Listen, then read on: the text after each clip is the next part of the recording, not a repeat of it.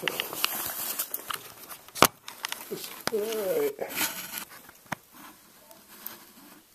There we go. Alright.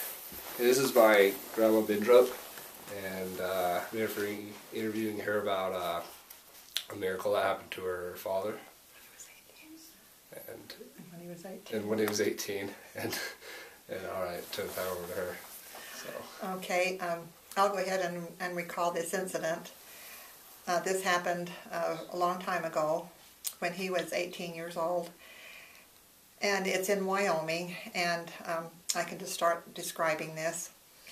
As the evening shadows lengthened across the valley and slowly climbed the rolling hills eastward, Lawrence Weber dreamily followed a bunch of cattle down the trail toward the ranch.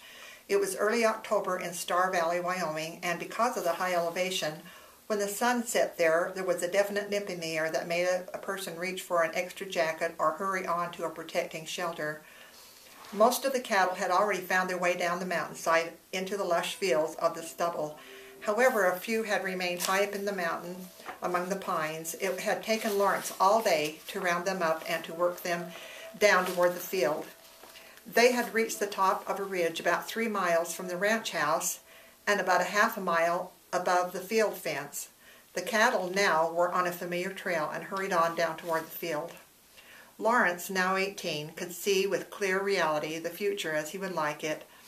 Dreamily he saw a large red barn with milking stalls to accommodate 100 cows, a spacious loft in which to store his hay.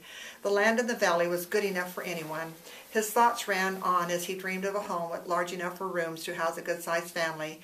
It was only natural that the girls of his acquaintance should come into view, for his home must be a wife who would share his dreams and help fulfill them.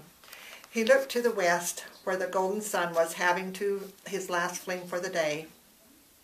Deep shadows had already swallowed the valley and were climbing steadily up the ridges toward the crest. The gold of the remaining sunlight suddenly crystallized in his mind as the gold that he would need in his future. He looked again, that he might hold on to his passing vision. But the sun had taken refuge behind the western hills, and the light had slipped away to the east. Darkness began closing in, as though the mountains were coming together like a huge accordion. He had reached a creek in the ravine when Lawrence became aware of the crisp air which had suddenly spread in, after the sun had withdrawn its power. He turned to untie his jacket from the back of his saddle. Thus suddenly, with a movement that startled a yearling calf which bolted for the willows, the alert Indian pony he was riding sprang forward, almost unseating him. After the first jump, the rider and the pony were equal to the occasion and headed after the calf with a burst of speed.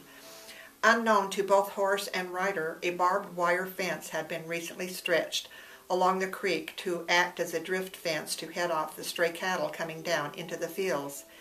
In the gathering dusk, the wire was totally invisible, and the spirited pony plowed into it at an angle, ripping both hide and flesh. The movement carried them forward, throwing Lawrence to the ground where he lay dazed. The horse hobbled off a few yards from the fence and stood there quivering and bleeding. How long Lawrence lay sprawled on the ground can only be guessed at, but finally he stirred, opened his eyes, and tried to sit up.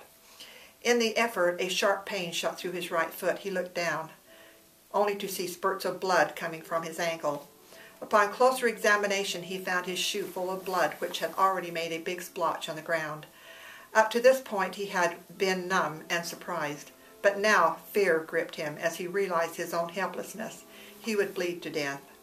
He called out wildly, only to have the sound of his voice die away in the stillness of the gathering darkness. The fear of death pulled heavily at his mind. A wave of nausea swept over him, and he wanted to cry. Instead, he called out again for help. Then he must have blacked out.